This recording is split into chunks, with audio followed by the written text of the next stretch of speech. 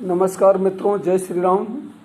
मैं विनोद लक्ष्मी नारायण शुक्ला, अध्यक्ष पूर्वांचल जन कल्याण संस्थान। मित्रों, आप लोग हमारे चैनल को सब्सक्राइब करिए।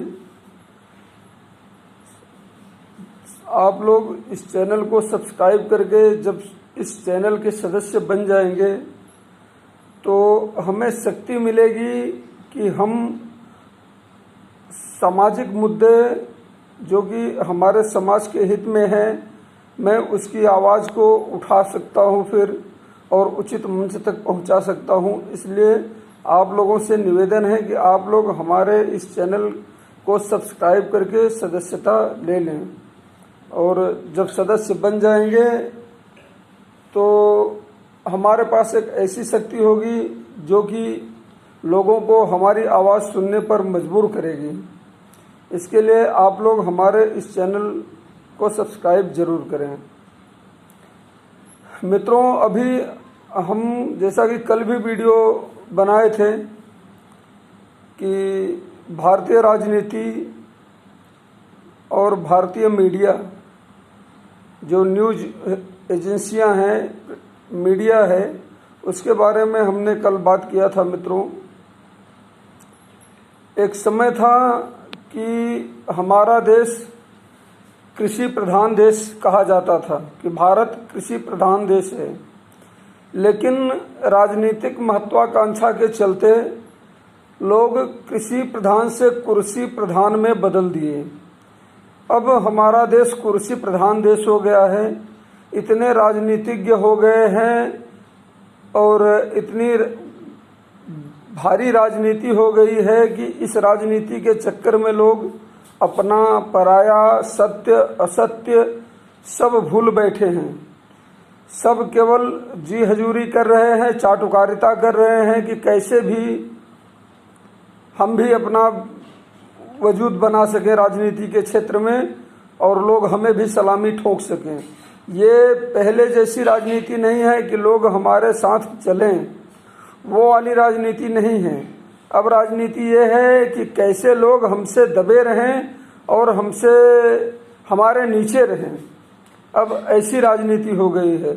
अब इस राजनीतिक महत्वाकांक्षा को पूरा करने के लिए लोग मीडिया को यूज कर रहे हैं, मीडिया का उपयोग कर रहे हैं बराबर अपनी महत्वाकांक्षा को पूरा करने के लिए, कुर्सी पाने के लिए, अपना राजनीतिक अस्तित्व बचाने के लिए। और भारतीय मीडिया पैसे के लालच में अपना ईमान बेच करके पत्रकारिता नहीं चाटुकारिता कर रही है। ध्यान रहे मित्रों कि जनता के लिए 2-3 ही ऑप्शन होते हैं। पहला ऑप्शन होता है मीडिया, दूसरा ऑप्शन होता है विपक्ष, तीसरा ऑप्शन होता है जनता खुद। मीडिया मित्रों बिक चुका है, या डरा हुआ मीडिया है, या जो भी हम कुछ भी समझ सकते हैं, मतलब बिका हुआ, डरा हुआ मीडिया समझ सकते हैं, जो कि जनता की आवाज़ को न उठा करके सरकारों की चाटुकारिता पे उतर चुकी हैं। कभी ये जनता के मूल मुद्दे को नहीं उठाते कि जनता की परेशानी क्या है। सिर्फ सरकार के लिए ढोल बजा रहे हैं कि सरकार ऐसे, सरकार वैसे। सरकार की खूबियां बताने के चक्कर में जनता की परेशानियों को भूल चुके हैं। और विपक्ष की हम क्या चर्चा करें। प्रभु की ऐसी कृपा है, हमारे विपक्षियों के ऐसे कर्म थे कि आज उनका अस्तित्व ही खत्म होने के कगार पे पहुंच चुका है कि इन्होंने जनता को लगभग, जब से राजनीति के घटना चक्र में ये बैठे विपक्षी लोग, तब से इन्होंने अपने स्वार्थ की राजनीति की और इनके स्वार्थ की राजनीति ही इनके लिए घातक बन गई और ये खत्म हो चुके हैं। अब इनका कोई अस्तित्व ही नहीं बचा है। मीडिया बिक ही गया है या डरा हुआ है। अब बचा जनता।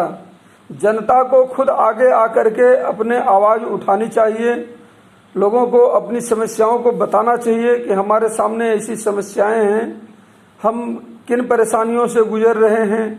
बेरोजगारी, बेकारी हमारे यहाँ है।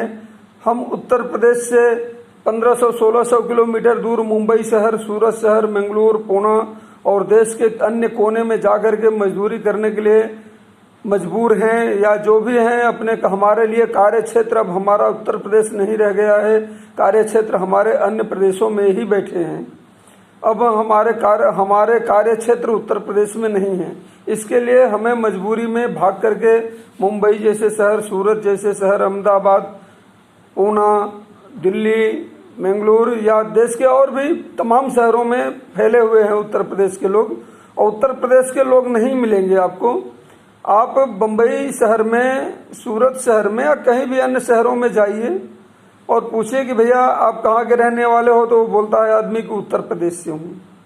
आप उत्तर प्रदेश से किस जिले से हैं, तो कोई इलाहाबाद, प्रतापगढ़, जौनपुर, भदोही, बनारस, मऊ, आजमगढ़, बलिया, गोरखपुर, बस्ती, गोंडा, फैजाबाद, तमाम अपने पूर्वांचल के जिलों के ही नाम बताएंगे। कोई पश्चिमी क्षेत्र का, उत्तर प्रदेश के पश्चिमी क्षेत्र का आदमी आपको बहुत मुश्किल से ही मिलेगा। अगर कोई कभी मिल गया तो मतलब मेरे हिसाब से तो 1000 में एक आध आदमी मिलेंगे, नहीं तो 10,000 में एक आध आदमी मिलेंगे, मुश्किल से खोजने के बाद।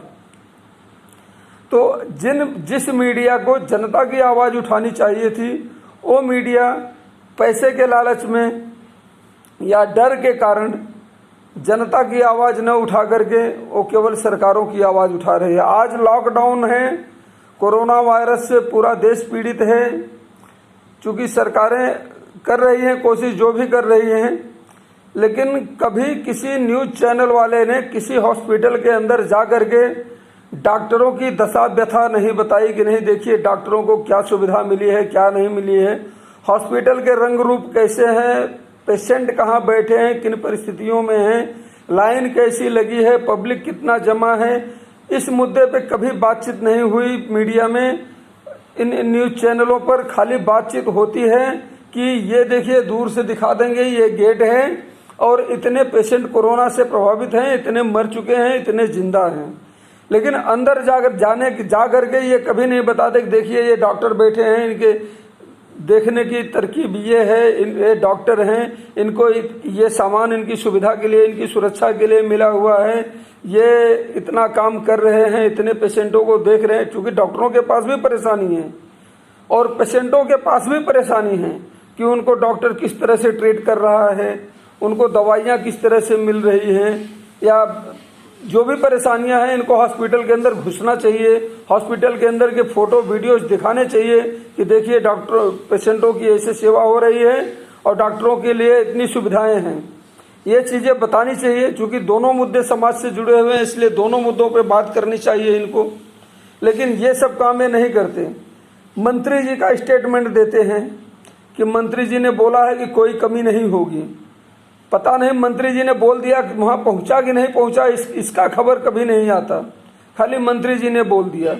ये जब किसी स्कूल में 1 लीटर दूध में 1 बाल्टी पानी मिलाकर के बांटा जाता है, कहीं दाल के नाम पे केवल हल्दी डाल के पानी मिलता है, कहीं दाल में मरे हुए चूहे पकते हैं, उस जगह ये टीआरपी के लिए पहुंच जाएंगे कि इस जगह पे ऐसा हुआ। लेकिन उसके पहले ये कभी नहीं जाकर के बताएंगे कि फला स्कूल में हम गए थे, चेक किए, इतने विद्यार्थियों का नाम रजिस्टर में लिखा हुआ है और वहाँ पे प्रेजेंट इतने विद्यार्थी हैं, अध्यापक कैसे हैं, क्या पढ़ा रहे हैं, स्कूल की व्यवस्था कैसी है, स्कूल का बनावट कैसा है। ये सब चीज़ें आज तक ये भारतीय मीडिया ने नहीं दिखाया है कि जब तक कोई घटना दुर्घटना नहीं होती तब तक हमारी मीडिया हम तक नहीं पहुँचती। ये मीडिया की जिम्मेदारी है जो कि अपनी जिम्मेदारी को निभा रहा है। और मित्रों, रही बात जनता की, तो जनता भी वही है कि कुछ तो इस चक्कर में रहते हैं कि छोड़ो जाने दो, हमें क्या पड़ी है। कुछ तो इसलिए पड़े रहते हैं कि भैया चलो फलानवा कर रहा है ना, हम हो जाएगा तो हमारा भी फायदा हो जाएगा। कुछ ऐसे हैं जो कि एक्टिव हैं और कुछ ऐसे हैं कि हवा में बह रहे हैं। हमें क्या मिल रहा है हमें नहीं मालूम है, लेकिन सरकार कह रही है, फेसबुक पे चल रहा है, ट्विटर पे चल रहा है, व्हाट्सएप पे चल रहा है, हम भी बेच रहे हैं। हमें लाइक चाहिए, हमें कमेंट चाहिए, हमें सत्य नहीं चाहिए।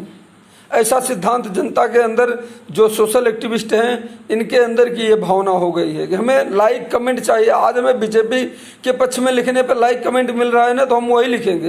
कल अगर कांग्रेस के पक्ष में मिलेगा तो हम वही लिखेंगे। परसों सपा बसपा या जो भी आम आदमी पार्टी जिनके भी पक्ष में मिलेगा, हमें लाइक कमेंट मिल रहा है ना, हम वही लिखेंगे। हम अपनी परेशानी नहीं लिखेंगे कि हमें परेशानी क्या है, हम किन तकलीफ़ों से जूझ रहे हैं, वो चीज़ों को हम कभी नहीं बताएंगे। ऐसा हो गया है इनका। मित्रों, आवाज़ उठाइए, अपने पक्ष में आवाज़ उठाइए। जब तक आप अपनी आवाज़ नहीं उठाएंगे तब तक आपकी आवाज़ को कोई सुनने वाला नहीं है और कोई देखने वाला नहीं है कि आप किन हालातों में हैं। इसलिए अपनी आवाज़, अपनी लड़ाई खुद लड़नी पड़ती है। और जब तक आप लड़ने के लिए मैदान में नहीं उतरोगे तब तक आप जंग जीत नहीं पाओगे। इसलिए जंग जीतना है तो मैदान में उतरना है। मैदान में उतरिए, अपनी आवाज़ उठाइए। आज लोगों को स्वयंसेवी संस्थाएं खाना पहुंचा रही हैं और वो स्वयंसेवी संस्थाएं ये आवाज़ नहीं उठा रही हैं कि ये जिम्मेदारी सरकार की थी लेकिन मैं पूरा कर रहा हूँ। क्यों पूरा कर रहा हूँ? एक मानवता बस। चूँकि उनका काम तो भाई चलो किसी को दान दें, इस समय किसी को भोजन देना मतलब कि वो अमृत पिलाने जैसा है कि जैसे लक्ष्मण जी को संजीवनी बूटी पिलाया गया था, उस तरह से है कि किसी को एक रोटी मिल जाए किसी तरह से। ऐसी भुखमरी फैली हुई है इस लॉकडाउन पीरियड में। दिहाड़ी मजदूरों के लिए, रोज कमाने खाने वालों के लिए, मध्यम वर्गीय परिवारों के लिए, जो कि 10,000 20,000 में अपने आप को मेंटेन करके चलते थे, लगता था कि नहीं ये आदमी है। आज वो आदमी लाइन में खड़ा होकर मांग सकता है, उनकी मर्यादा आड़े आती है, शर्म उनको लगता है और उन्हें किसी से कह सकता है। आज वो उसके सामने भूखमरी के अलावा कोई रास्ता नहीं है। उसके माँ बाप, पूरा परिवार संकट में फंसे हुए हैं और सरकार कह रही है कि हम दे रहे हैं, हम दे रहे हैं। किसको दे रहे हैं? कहाँ? आज तक कोई भी किसी के घर पे पूछने नहीं आया कि भैया, पूछने तो छोड़ दीजिए, किसी भी चीज़ के लिए कोई एक नंबर, जो नंबर अलॉट है उस नंबर पे आप फ़ोन करिए, फ़ोन ही नहीं उठाते हैं। हमारे यूपी सरकार ने 2 नोडल अधिकारियों की नियुक्ति की है और उस पर मैंने खुद फ़ोन किया हुआ है, हमारा फ़ोन नहीं उठाया गया है। मैं बता रहा हूँ, एक नितिन रमेश गोकर्ण जी हैं और एक एसबी शिरोडकर जी हैं, एक IAS हैं, एक IPS हैं। इनके नंबर पे मैंने खुद कॉल किया है और कई बार कॉल किया है, मेरा कॉल नहीं उठाया गया है। ऐसे ही हमें कई मित्रों ने कहा कि भैया आपने नंबर तो बांट दिया था लेकिन इस नंबर पे तो कोई फ़ोन ही नहीं उठाता है। बताइए पहले कि हमारी क्या हो रही है। इसलिए आवाज़ उठाइए, आप अपने हक की आवाज़ उठाइए, अपने लिए आवाज़ उठाइए, किसी राजनीतिज्ञ के लिए नहीं, किसी राजनीति के लिए नहीं। अपने हक की आवाज़ को हमको ही उठाना है, आपको उठाना है। इसलिए अपने आप को बचाना है तो अपनी आवाज़ उठाना है। मित्रों, जय हिंद, जय भारत।